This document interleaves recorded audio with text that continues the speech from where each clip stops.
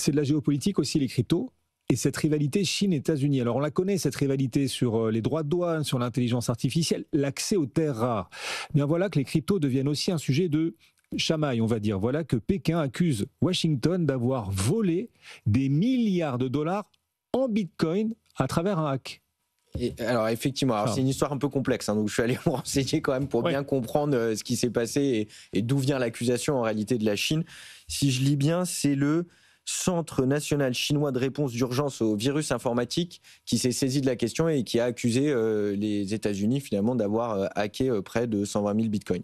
En réalité, si on rembobine un petit peu les choses et qu'on regarde ce qui s'est passé, il y avait une société qui s'appelle Prince...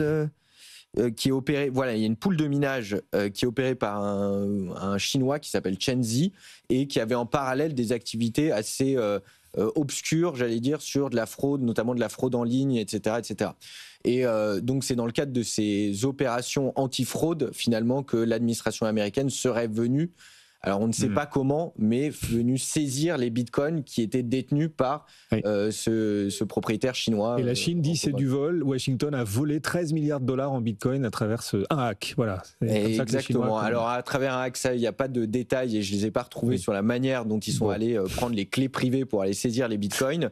Mais en tout cas, c'est assez aussi savoureux de voir un peu comment la Chine, qui est anti-Bitcoin d'une certaine manière dans toutes ses déclarations, y compris par le dirigeant de la Banque centrale chinoise, qui pas plus tard que je crois à la fin du mois disait qu'il fallait interdire ou réguler très fortement les stablecoins et les crypto-monnaies, et qui se plaint de l'autre côté de se faire hacker 120 000 Bitcoins. Donc, oui, c'est... Voilà.